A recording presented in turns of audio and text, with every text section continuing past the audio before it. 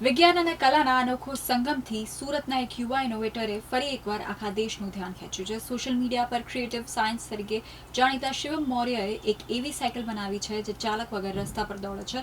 આ સાયકલને જોતા એવું લાગે છે કે કોઈ અદૃશ્ય શક્તિ તેને ચલાવી રહી છે, જેના કારણે લોકો તેને ઘોસ્ટ સાયકલ તરીકે ઓળખાવી રહ્યા છે. શિવમ મૌર્ય ડિજિટલ દુનિયામાં જાણીતું નામ છે. તેમની યુટ્યુબ ચેનલ ક્રિએટિવ સાયન્સ પર 20 લાખથી વધુ સબસ્ક્રાઇબર્સ છે. આ પહેલાં પણ તેઓ ડ્રાઈવર વગરની ગરુડા એઆઈ બાઇક બનાવીને રાષ્ટ્રીય સ્તરે પ્રશંસા મેળવી ચૂક્યા છે. શિવમના મતે આ ટેકનોલોજીનો ઉપયોગ ભવિષ્યમાં કોન્ટેક્ટલેસ ડિલિવરી, મોટા કેમ્પસમાં સિક્યોરિટી પેટ્રોલિંગ અને પ્રદૂષણ મુક્ત સ્માર્ટ ટ્રાન્સપોર્ટેશન માટે કરી શકાય તેમ છે.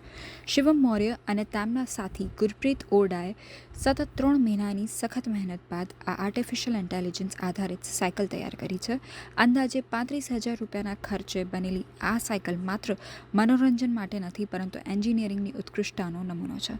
આ સાયકલ રસ્તા પર પોતાની જાતે સંતુલન જાળવે છે અને પૂર્વ નિર્ધારિત રસ્તા પર કોઈ પણ માનવીય મદદ વગર ચાલે છે. આ પ્રોજેક્ટની સૌથી આકર્ષક બાબત તેનું પેડલિંગ મિકેનિઝમ છે.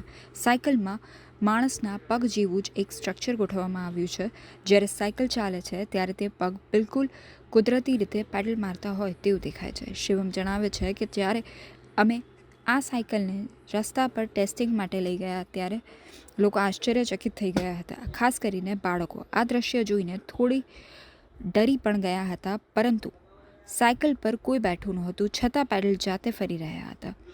આ ઘોસ્ટ સાયકલ 3 અલગ-અલગ રીતે નિયંત્રિત કરી શકાય છે. તેને સ્માર્ટફોન એપ્લિકેશન દ્વારા ઓપરેટ કરી શકાય છે, રિમોટ કંટ્રોલથી ચલાવી શકાય છે અથવા ચોક્કસ રૂટ અને કોડિંગ એઆઈ મેપિંગ કરીને તેને સંપૂર્ણ ઓટોમેટિક મોડ પર મૂકી શકાય છે. તેમાં લગાવેલા સર્કિટ્સ અને સેન્સર્સ તેને રસ્તા પર વળાંક લેવામાં, અડચણો ઓળખવામાં મદદ કરે છે. चल कैसे रहा है, लोग नजीक से आके वीडियो निकाल रहे हैं, सेल्फी ले रहे हैं कि भाई ये चल कैसे रहा है. बच्चे लोग जो छोटे छोटे हैं वो डर जा रहे हैं कि भैया ये क्या है, मतलब ऊपर की बॉडी नहीं है. और तो एक अलग सा एक यूनिक रिएक्शन लोगों का इस प्रोजेक्ट पर रोड पे देखने के लिए मिल रहा है.